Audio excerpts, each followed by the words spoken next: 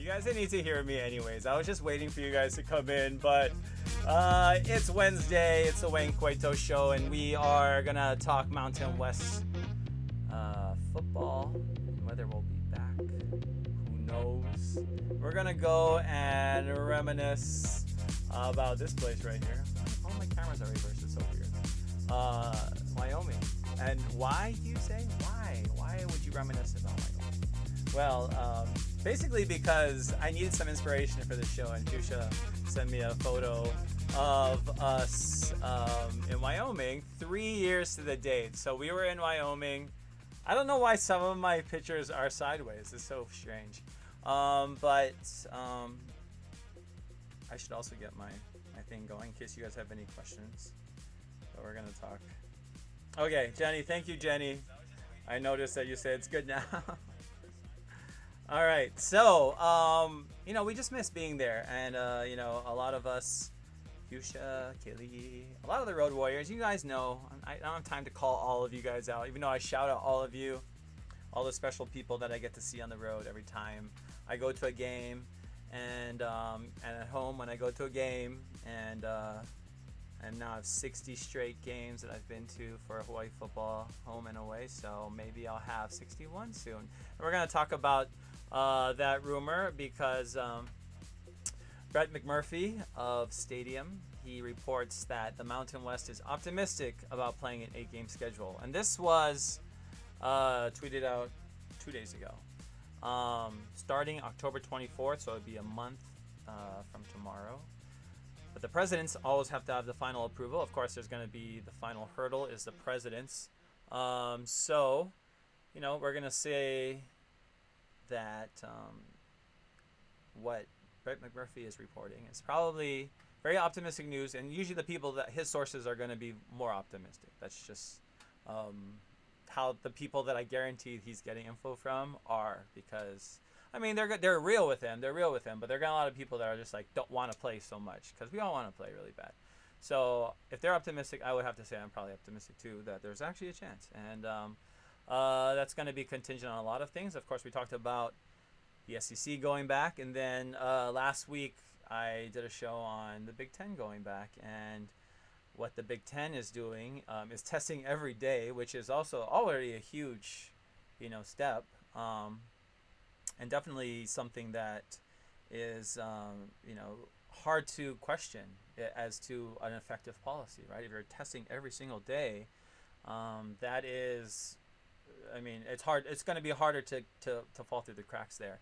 And the teams, I'm sure, are isolating. I'm sure the players probably don't mingle with a lot of people, and that's kept to a minimum outside of their circle of football people. And, it's going to be a community responsibility to be able to make sure that the football season runs effectively and that it doesn't run with any hitches. Because if you start on October 24th and you still want to be eligible for the bowls, you would have to have your championship game, the New Year's Six Bowl, which a slot is guaranteed to the mid-major team. If you want to get to that New Year's Six, you got to be able to get all those games in up to that point and determine a champion. So, it's not necessary that they play, an 8-game schedule to determine a champion. You could play less games, but I'm sure at a certain point, it'll be weird if some teams. If some teams are playing, 2 games, which some teams are currently. Air Force has 2 games on their schedule, and they will be playing the academies for the Commander-in-Chief trophy. But have you heard Kenyu Matalolo, of course, the former quarterback at UH, but also coach, and somebody that is huge ties to the island. So we love him so much. The quote-unquote highest federal paid employee in the federal government. But he said something about the Pentagon, which I'm sure it was overblown. But he was saying, like, wow, how is it not fair that Air Force is playing 2 games? So that's how serious this trophy is, right? Like, these guys really want to win this trophy. The Army and Navy guys and Air Force guys, right? There's 3 of them. And they really want to win this trophy. So Air Force is definitely playing. And, if it, like we said, if schools that we are seeing already playing, if it's working, then we should play under the right circumstances. Is it working? Is the question. Because on the other flip side, we already have schools that are missing a lot of their teams. I heard Virginia Tech talking about we might not be able to field a team. Do we have enough players? That's only one school. There's so many schools. I mean, and not everything's being reported nationally because it's happening locally, right? So we don't know unless it's gotten to a point where teams have to forfeit or push the games. You really don't know. So it is a crapshoot. I mean, we have to be honest. There's no way that this is going to be run totally smoothly, and that's scary too because by totally smoothly we mean if somebody gets sick, if somebody goes to the hospital. And today, or recently, I think it was today in the New York Times, a Division II player died. So, where do we go? And that is difficult for me as well because obviously I love football and I love being there and I love being a part of the atmosphere and the game and the machine, because that's what it is. And we feed the machine, we feed it our emotions, we feed it our financials, we feed it our time. I feed it a lot of my time, tons of my time, but it's so fun and I love it. I love doing, going to games, and I love being able to be in the stands and be with my friends and, think about my grandma all the time. And that's all wrapped into UH football, all of it. But at the same time, there is a slight ethical dilemma, and if slight is an understatement if somebody dies. So, Division I football, we might not know the effects of this for a long time, right? It's like a vaccine. It's like you have to let the people live for a certain amount of time before the vaccine makes them go crazy or does something. We have to test things out. So we don't have time to test. This is all being rushed because the New York Six Bowls have to happen because they have to be on TV at this time because this is when everybody watches TV and that's when all the ads are expensive and that's going to pay for everything and that's what it goes back to, obviously, at the end of the day. So, if that's what it goes back to, right, green, and not this green, Omao, is saying, Olala Hawaii, that are we a part of this? What part are we in? And we are. We feed the machine, we feed the monster, we are complicit in wanting to see college football on the field, but it does come at a cost. And we want the players to be as safe as possible. So all we can do is mitigate as much risk, because there's risk in the road, right? You go outside, there's risk. Go down the street, there's risk. But distancing is so important, and wearing a mask is so important. Those are very simple things. And they've already generated results. Science has already proven that they generate results. And the Micronesian community, which had a very high rate of COVID in Hawaii. And the first thing that the agency did when they tried to target the community was pass out masks. So masks are effective. Spacing is effective. When you're playing football, no masks. I wouldn't play with a mask. I mean, players, nobody's going to play with a mask. Obviously, it's going to limit their ability to have their max VO2 when they are running down the field. And it's impossible to space. I mean, clearly, that goes without being said. I mean, you're going to be spaced out most of the time instead of when you're engaged, which I guess does limit the time. I mean, if you're on a basketball court, you're all feeding each other's germs for sure. But football's not obviously a contact sport that's going to be difficult to be able to monitor, but it's all about mitigating risk. Everything we're doing is about driving down the potential of contacting the virus. That's what everybody needs to hear. This is a slight PSA on the side tangent that every measure that's introduced, whether it is whatever, wear this mask, don't go to the beach this time, go to this place, while some of them are probably not completely equally administered and thought out, they are all meant to do one thing. That's to say, decrease the risk of anyone being infected. It's not going to eliminate it. It's just decrease the risk, which is a good policy. But decreasing the risk also leaves room for that much, right? Like Jim Carrey, you're saying there's a chance in Dumb and Dumber. And there is a chance. There's a chance that somebody could get it.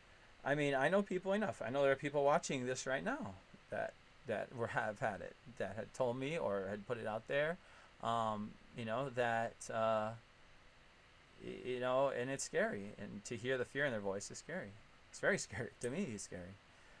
So I don't know if it would happen to me like that, but I mean, should I think that way? And that's also a dilemma. But football, at the end of the day, as much as it means a lot to us, it's going to go back to money always for a lot of these people. So they want to try and cram this in prime time, but it's difficult.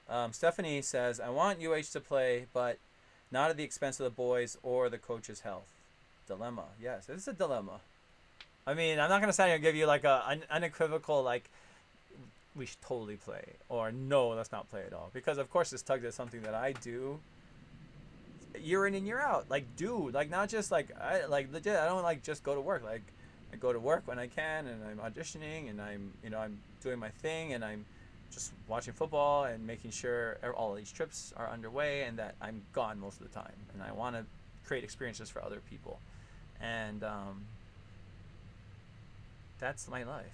So this is a very different part of my whole of my life that I have to enter in when I realize that not every week, and it's already been kind of weird, and we're already getting close to October, but that is what we all have to do. We all have to adjust. So are we going to be able to adjust under the mandates to be able to play football?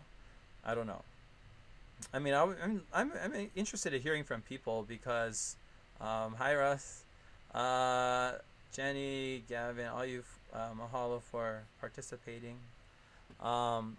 I think that we have a good chance of playing, like I said before, but it would be contingent on a lot of tests being done. The SEC, it's currently 3 tests, and apparently they might be adding a 4th. And the tests are changing, right? I think today I just saw Lieutenant Governor Green talk about like some nucleic tests that the state of Hawaii is going to use to verify people that have taken the test, right? So, the world is moving in this direction anyways, where we all are going to have to adjust to the new normal. And whether we believe football should be up there is definitely fair game for people to have to criticize or have to question. I get it. I totally get it. And yeah, I mean, Justin says, who's paying for the test? So the conference is probably going to pay for the tests, I would imagine, if they, because, they're working right now. The conference is negotiating. I mean, the conference is the schools, so it'll be the schools.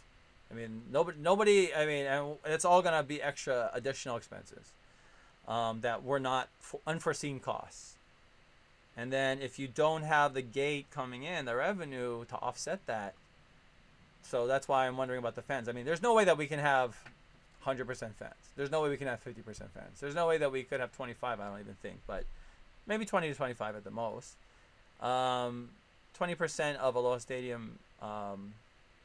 It's 10,000. So, quite honestly, we still have a allowed stadium at 10,000 because we've had 10,000 people before.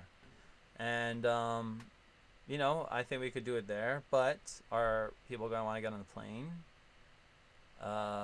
Obviously, if they're testing so often and we have the pre-test travel program to come to Hawaii, then they're clearly going to have, that mechanism in place to be able to decipher whether players are safe coming in, people coming off the plane. But still, there's going to be agitation, or there's going to be a little bit of apprehension on the part of mainland, because there always is. People on the mainland, people on the other side. If you don't like the term mainland, I'm sorry. It's people on the mainland. People know what I'm talking about. I'm on the mainland right now. I'm in California. And yes, I'm not saying it's the mainland. Hawaii is independent in itself. But what we know is that a lot of people don't want to get on a plane right now for 5, 6, 7 hours, right? Because if so, I mean, if you're out there and you're down, let me know, because maybe we'll have a tour. Who knows? I don't know. A lot of you wouldn't want to get on a plane though, right? Some of you will. So let me know. I'm not. I think that there's a chance that we could have still atmosphere and people there. I would love to, be able to take a tour, even if to do it in a way. I mean, it's an interesting concept, and I think that it's necessary because we miss going out and being out there. I'm just gonna show pictures again. This is just a side trip. Yeah, today is the Wyoming because 3 years ago, on Saturday at 8 p.m. I know, real late. Yeah, it was so cold, and me and Fuchsia and my friend Eddie went to Wyoming, Laramie, Wyoming, and I had to give the thumbs down because we lost. It was very sad. But anyways, I'm gonna go back to the tweet, but we're gonna talk about Wyoming later. But comments, yes, Justin is right. There's gonna have to be an extra comment. Bring on the $40 beer. I hope it doesn't go to the beer cost, and that's a different, honestly, when it comes to how revenue is collected at the stadium on behalf of the school. That's a different thing too. So the school doesn't get what comes at the concessions. Sean says, I'm sure the Mountain West wants UH to pay for all the COVID-19 tests. Yeah, subsidize the entire, like, you came into our conference 8 years ago, and you're far away, so pay for all the COVID. I mean, I wouldn't doubt it that some people are thinking that way because it's hard. Sometimes you are like a stepchild when you are the only school that is far away. Oh, Fuchsia, now you're watching. Finally. So you sent me videos. Fuchsia sent me the video of our halftime, so I'm going to have to, like, put that, get that on the show. At the end, I'm going to show our halftime show for me and Fuchsia. Oh gosh, okay, I have to figure this out. She texted me the episode of our halftime show when we were there. So before the Wayne Coito Show existed, we would go live on the Warrior Nation Facebook. I might still go live on Warrior Nation Facebook. Probably not. You guys don't have to come to White Sports. I'm sorry. Come to my page if you want to go live for. Maybe I'll say hi sometimes, but things can get crazy over there too. So, as much as I love all the people there and everybody's really cool, I just want to chill and have fun. And I know that if you go on a tour with me, that's what we're gonna do. We're gonna chill and have fun. But if you just go on a trip and it's just me and Fuchsia, and Eddie or some of my friends, it's chill and fun and also extra exciting because sometimes it's 23 degrees and it's freezing and I don't know why it's picture sideways. And in September and it's snowing. But it's so fun, and I just love going to these tiny towns for the most part. Sometimes when you don't look like everyone else, it's interesting. But Laramie, everyone was super nice, super nice. I will say that. At least at the stadium. I mean, we didn't stick around very long. Like, I picked Fuchsia up in Denver, and me and my friend Eddie, and we drove up from Denver to Laramie, and we came back. Fuchsia, are you commenting? Should you come on, Fuchsia? I feel like I should just, like, I wonder, can't you add people to the video or something? But anyways, in any case, so fun, and we're missing out on all those things, and it is a bit of a dilemma because we both want to go. That was our first game, actually, that we did end up going together because people like us, right? Fuchsia, me, Keli'i, a lot of us, right? You can see us. If you go to a game, you'll just see us, like, around stadium. So finally, we're just like, we should all just, like, be together and be a family. And it's working out pretty good with all of us. And everybody's being added daily, so it's hard to keep track. But sometimes they catch you, like, eating Rice Krispie treats, Fruity Pebble Rice Krispie treats. The best at UNLV. So it is funny how we have moved on from there, but this year we anticipated growing even more and having more and more and more people join us. So it is a little weird because everything happened the way it is, but who knows? Maybe we'll see you on the road. Who out there? I mean, I would love to hear of people. Would you be willing to go to a game at the stadium if it was distance? Tell me. I'd like to hear it. Would you be willing to go to an away game? Would you be willing to get on a plane? I mean, these are all things that other teams have to consider as well, right? They're like, for the people that are planning to take all of these boys, the director of ops for the team, put them on a plane, and send them to play football somewhere. It's a little bit nerve-wracking, I would imagine, for a college administrator in a way, because anything could happen, right? And anything could happen at any campus and wherever they go. But when it's your responsibility, it's different, right? When the liability, like, where is that going to rest? Can't sign it away. Or, I mean, they're not going to let players sign away liability. So Jenny says she would go. So I think a lot of people would go. I think a lot of people still would go, but a lot of people wouldn't. And a lot of Hawaii's fan base, I would say, just age-wise, may opt out just because of how dangerous it can be. I think would you get on a plane, Jenny? That's another question though. So would you go to a away game? Would you go to an away game? Because October 24th, like he says, Mountain West will likely only have a 7-game schedule if they start on the 31st, and that might happen. But November 7th, the one team that's playing in the Mountain West Air Force Academy has a game on November 7th at Army, so I don't know what they would do with that game. But I guarantee someone's gonna want to not come here. Stephanie called me before at the tailgate eating Rice Krispie treats. So good. I just love sugar. I know. I mean, if we could remove alcohol from tailgates, I would be okay with it because there's obviously other things. And also Rice Krispie treats. Rice Krispie treats are amazing. Tony says after all he's been through, he's gonna play. And we would love to see you, Tony. Shout out to Tony, all his work, the fires, and keeping us alert, keeping us informed of all the happenings. And going around in Los Angeles. Stephanie says yes. Go to a game at Aloha Stadium, that is, but flying to the game probably not. So yeah, that would be hard as well. A lot of people might not want to fly to the game. So, but if you look at the technology, it appears that planes are remarkably safe, even safer than I mean, like if you look at a lot of where they believe the virus was transmitted, it's usually at a restaurant, right? Or inside of a restaurant.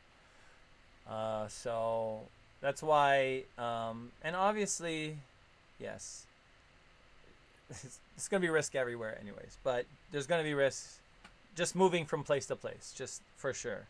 So a lot of teams will be a little bit leery of doing that. I'm going to have to play our video at some point, but I have to save it and... Wait, is this the right video, Fuchsia? Are they the same video? I don't know. Okay, hold on. I know, while I'm looking at this video, enjoy more stuff about. Oh wait, hold on. Optimus. Sorry, this is such a long ago. It's hilarious that we've ended up now 3 years later. Looking at pictures of going to places 3 years later. I thought we would be, actively engaged in an adventure right now, but that's clearly not happening. Okay, I can't find it. It's not on my phone, but maybe I should just put it up maybe I could just put it up. Would that work? Well, they just call them pokes. Like if you grew up here, they call them pokes. It's pretty much somebody that lives out in the country. Is what it is. Like a redneck in Wyoming. It's like a poke. So we were asking, okay, so that was a good question. If you go to Wyoming, okay, and you're not ma'a to cowboy culture, you don't know Paniolo life, they call each other pokes, and they're like, go pokes at the game, like at the Angels game, when they say go Halos, they say go pokes. So you're like, what? And we're like, poke, poke. But what is a poke? So that was him answering the question. What is a poke? Can you tell us what a poke is? Yeah, what's a poke? Well, they just call them pokes. Like if you grew up here, they call them pokes. It's pretty much somebody that lives out in the country. Is what it is. Like a redneck in Wyoming. Okay, so this sounds crazy and weird, but I started talking to this guy because I overheard him when he was in the bathroom. He was talking to this other guy at the urinals. Sorry if this is TMI, but this guy was talking to this other guy, and he's like, and this guy was like this other dude who was like a parent of one of the players, who had no idea about Hawaii. He goes up to the guy, he's like, bro, you're from Hawaii? Lelehua High School, bro. And I was like, Lelehua? That guy went to Lelehua? And then the guy who he's talking to was like, I have no idea. Like, I don't even live in Hawaii. And then after when he was outside, me and Fuchsia, we were doing a little halftime show, and he was standing right next to me. And then Eddie pans over, and I'm like, hey, you're the guy from the bathroom. And he was like talking about how he went to Lelehua and everything. Did we get that in there, Fuchsia? Are you a poke? Everybody says pokes here. Can you tell us what a poke is? Oh, wait. Fuchsia, did you send me the same video? Hold on. Can you tell us what a poke is? Yeah. Okay, you sent me the same video, so you have to resend. But, in any case, that was so fun. Anybody have any questions? Yes. So, our original discussion, I'm just blending like fun of going to Wyoming and also talking about Mountain West football at the same time because, you know, where were we supposed to go? We weren't supposed to go to Wyoming. We were going to go to Air Force. So I could see, because originally there was a tweet, and I don't know if that was a tweet McMurphy or he had another tweet that said that, Mountain West would only have a 7-game schedule, but he said that there's a possibility too that two teams might have 7-game schedule only, which would be so weird. Pokes versus Mokes. Oh, that's a good one. Pokes versus Mokes. Stephanie, you should commission a trophy for that. The Pokes versus Mokes. Pokes and Mokes. Moke action. I would love that. You could have like a rodeo or something. Because there's all those people that listen to country music in Hawaii. So you can get all kinds of country people together. I like that. I mean, there's already a Puniolo trophy, right? But that was so fun. So we miss things like that. But at what cost does it come? We always say, what cost does it come? We don't even know if things will happen, down the road to anyone. You don't know. You don't know what kind of effects. We already know that there is myocarditis or cases of those seen. And like I said last week, that study, that case of athletes who had the virus, who had myocarditis, they did.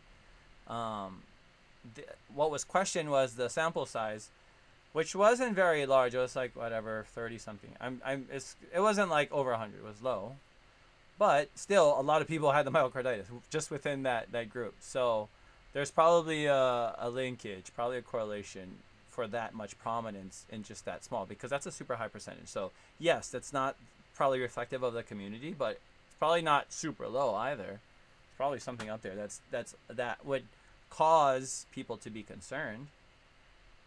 So that's scary. I mean, that's scary. Everybody, but you're taking a risk, right? Players who play football know that they could get CTE, that they could tear their ACL, right? You watch the NFL. NFL players are not even insulated from the world of injury and permanent damage.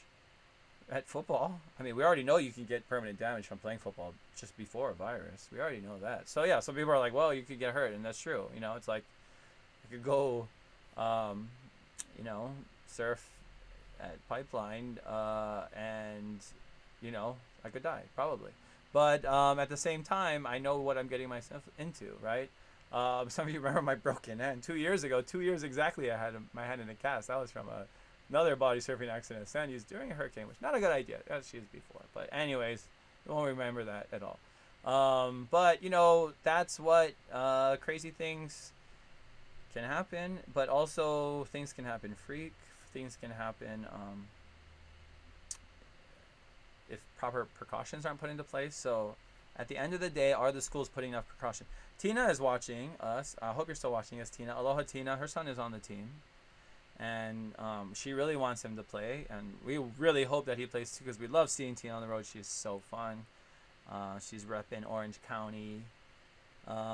She is, her son Derek is a good motor on him, and he was hurt for a while, and he came back and played hard, and he's a true warrior that I know wants to get on the field. But I don't know if all parents feel that way. Tina might know. I'm sure.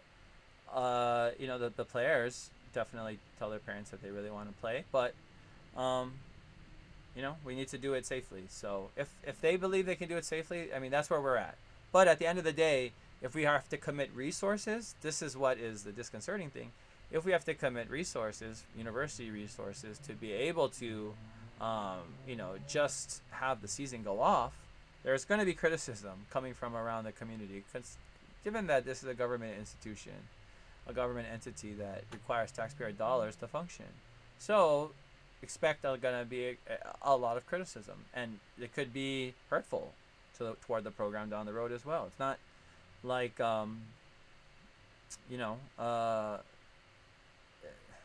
it's not as if, I would hope that football has a very ironclad place in our society, and I brought on at least our mayoral candidates. There might be a little bit biased because they're sport guys themselves, but I think that our government leaders see the the potential, the dollar potential, the revenue potential, but also the cultural potential, which I always talk about, which I elevate the most because I think that's really important to be able to identify with a team like this, whether you like football or not. A lot of people can feel that same excitement. A lot of people know that excitement is real because people watch sports, because sports is what it is, right? I was thinking about this too, as much as I got to be on Days of Our Lives, right? I did a day player role 3 years ago. And I was like, oh my gosh. I'm like on the 52nd that I got to sign a book, because if you get to be on a show, you get to sign a book. And that book is cool because it's all the people that ever got to be on that show. And you get to walk past all the Emmys.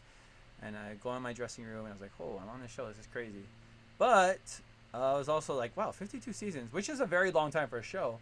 I mean, think about like how many people have been tuned in. Of course, the NFL, the NBA, sports has changed and it's getting crazier in television. But these are seasons that have been going forever and ever and ever as well. And the audience hasn't dissipated much as people threaten, like, oh, I'm not going to watch football anymore, blah, blah, blah, blah, blah. They keep watching football, or at least they have a desire to know what happened. And that's just a place, the cultural place, the place, in society where art and sport and all of these maybe intangible parts really enhance a place. I really believe, as much as I'm not a Raider fan, Sean said this guy loves to visit the hospital during hurricanes. That's sadly true. And the appendectomy, I don't know, that could have been coming too, but weird that every time a hurricane comes, I end up in the hospital. Sometimes probably my own fault. But that is important. Stephanie says 2018, your broken hand and my broken foot. Yeah, that's right. Stephanie had a broken foot and she still went.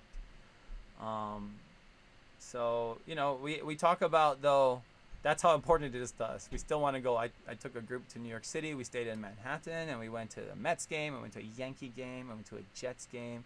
And I had broken hands still, too. Oh, actually, yeah, it was my right hand. So it was so broken. And it was so fun, though, still, because just being in the stadium, even though it was super hot and sweaty, and then my cast is not the best place to be when it's super hot and sweaty. But it was just so fun. And and that is the core for fans. This is why this is the Hawaii Sports Fans channel. This is about being a fan, first of all. Before anything else, it's about being a fan. But I can't just gonna go Super Bowl for free. I cannot just go games for free. I cannot just fly for free. I cannot just stay in the hotels for free. When we do our tours, when we do business, it costs money. Things cost money. Going to games costs money, and it does. And finances are a huge part of the engine that drives college football. I'm just a subsidiary fan. We are part of the atmosphere. I believe that fans are stakeholders of, especially in Hawaii, especially a public institution. The taxpayers are all stakeholders in the program and should have an emotional stake in the program. Should want to know. And of course, when success blossoms and you have something like Colt Brennan, or we have a time when we are, really making waves, people will come in. But we need to have more of that, less of that casual, or even if we have casual fans, I don't care. You can be a casual fan, but we just need more. UH really needs to develop its core. I'm not gonna say we, because UH, it's gonna be on the department to be able to, I can only do so much as I can. I'm doing the show and wearing all this stuff, and I'm hoping that we can build our fan base, because it's important to have a robust and thriving fan base if you want to be able to play Division I football. You just can't, play on a shoestring budget and stay in Motel 6s and then fly any kind of budget airlines or buy vouchers for vacations, Hawaii or whatever. Like, it's expensive. And even those things are expensive. What am I saying? Just buying a voucher on vacations to Hawaii. Doing things that require you to play an athletic department to be able to have football is going to require taxpayer money to be able to do whatever they do, especially in a time when we're not taking in revenue. The deficit has grown because the department has had bills to pay since the pandemic started. So, like your season ticket money, which a lot of us let them keep or donate it or push to the next season, that's good, because guess what? That money was already spent. It's gone already. So if and I don't judge anyone that got that needed to get a refund. I believe that you are entitled to a refund if you bought season tickets and you can't have season tickets. But at the same time, if your money's still there, you might be one of the people that will be given first priority to be able to watch the game, and if you know the seating is limited to a limited percentage. So Candy came in, another one of our friends from the road. Candy, you're gonna go to a game, Candy? You think? Well, Candy's a huge Niner fan. I don't know if the Niners. I don't know if anywhere in California is gonna have fans, because I know Newsom already said I don't think he wants any fans till 2021. So, but given that exceptions are being made here and there, I'm sure that if necessary, there will be fans, and the Pac-12 and all of them will also have fans, I think, if they come back. But I don't know. I mean, it's gonna all be contingent on, and I don't even want to compare us to Pac-12 or any of the major conferences, because like Justin, who commented earlier, said, who's gonna pay for the tests? Because the tests are expensive, and the tests are limited. So that's another part too, right? I mean, we're using we're using tests. If the Big Ten is doing one test a day, like obviously these guys are getting, this company, pharmaceutical or whatever, is getting hooked up, because they get to develop all of their product right away, and they already have a big order on file. Goes back to capitalism, right? They have a huge order for tests. And the Big Ten can put the money down. They're like, we can pay up front, so tell me how much it is, and we can bring that cost way down. So this is what game is going on in the back. It's negotiating with them to see how much each test is going to cost. That's what's going to be happening. That's what's happening right now. And that surely is on the minds of presidents if they are gauging whether they can even stage football, period.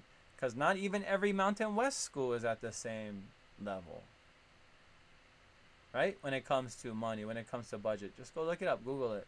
Okay, there's tiers, right? UH isn't the lowest, but not the top.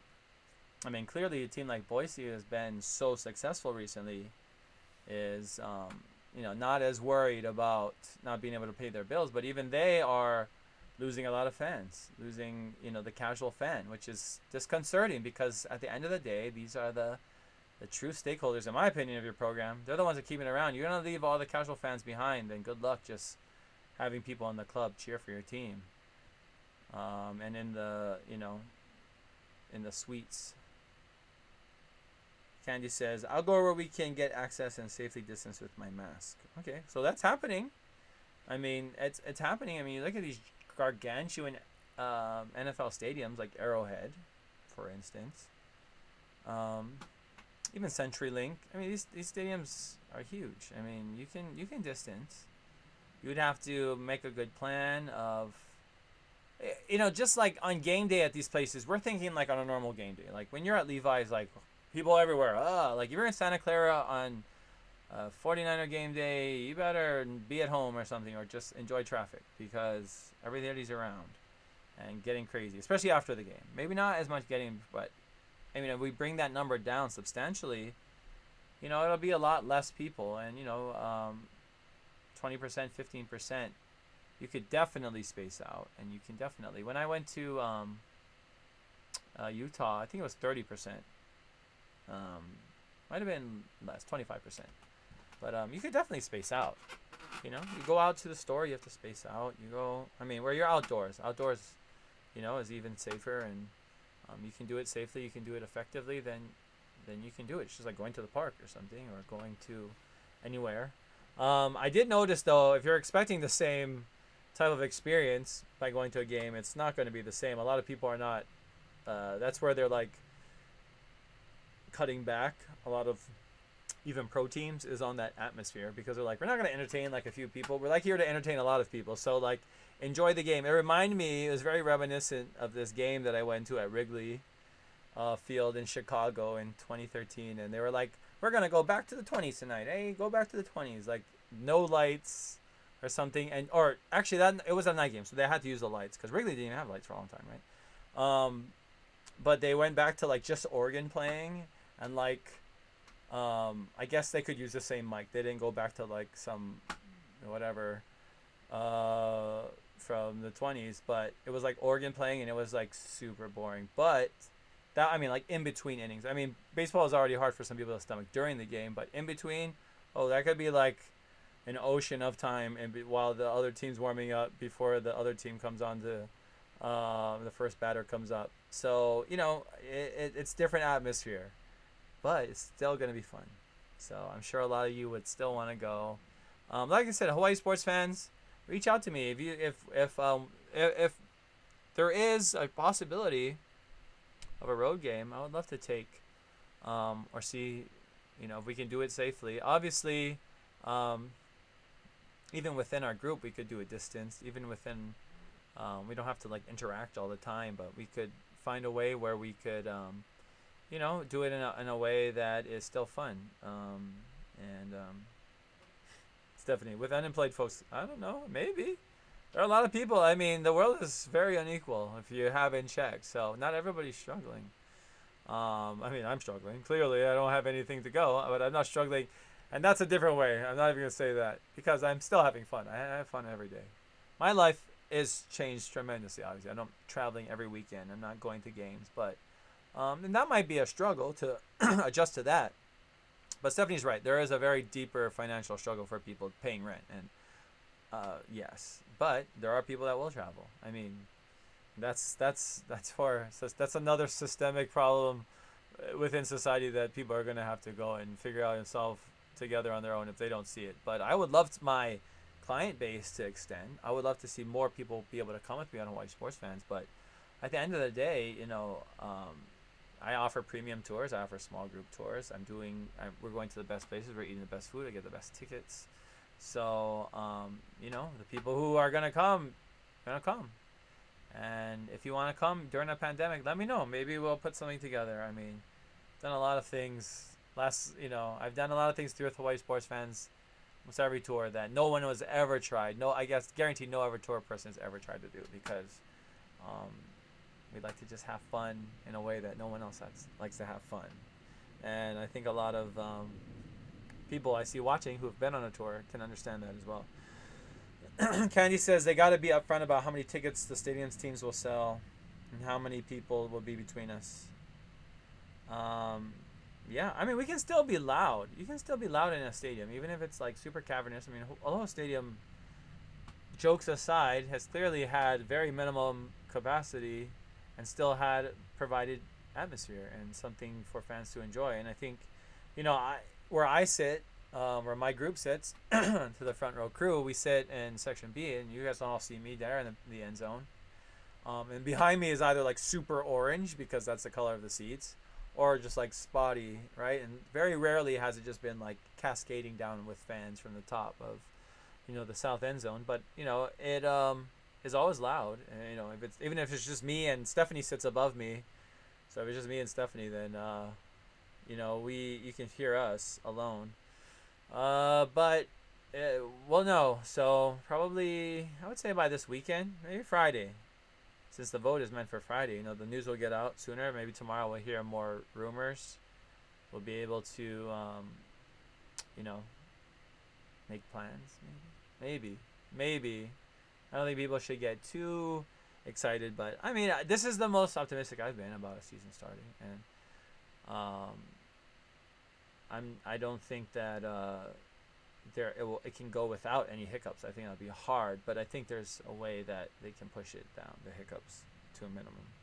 But it'll still be some issues for sure, and that's the danger of the sport itself and the era that we live on. So if people are watching it on TV, people are buying the ads or to advertise their product during these games on TV, and that market is still there, you best believe they're going to try and get that product on the field at any cost, especially at Stadium or all these smaller companies, CBS Sports Network. I mean, CBS Sports Network, I mean, they're all like attached to media. Stadium is probably, who knows? It could have been bought by one of the giant media conglomerates already. There's only a couple in the world. But, it requires that product be on the field. And that product, for colleges, thankfully for them, they don't have to pay that much for that product because that product is working for free on scholarship. And they got to pay for the coaches still, though, and they got to pay for all the travel and all that stuff. So that's still a lot of money. But will it happen is the question.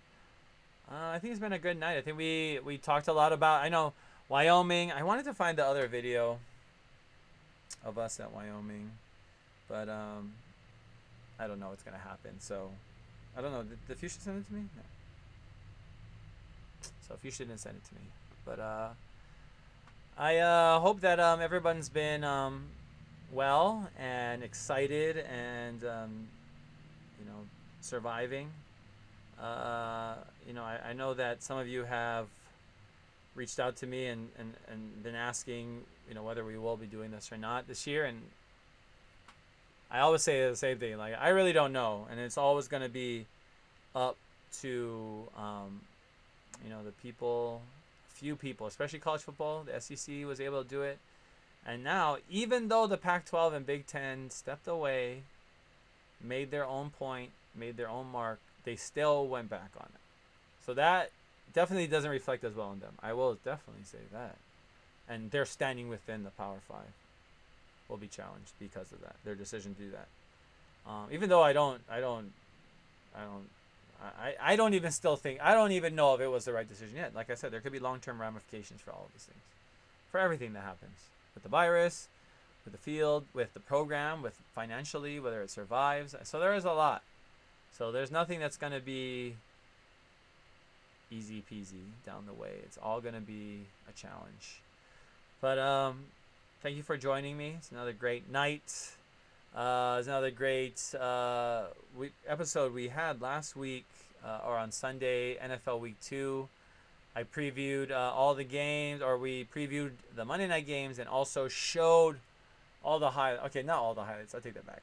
I was trying to do a highlight reel, but it kind of got away from me because I was watching so much. So it's hard to work and watch because you try and do it and it's crazy. But we did talk a lot about the NFL Week 2 hour-and-a-half show. It's a long show, but on NFL Sundays, people like me and a lot of you are just glued and watching and constantly trying to keep up with either your team or your fantasy team or whatever. So it was something that was very important, I thought, to keep spirits alive for all of us and all of us together, since we don't get to see each other, is to have the show going. But especially on Sundays, we talked about NFL, and hopefully we'll review the day before, and we'll have a UH game to talk about.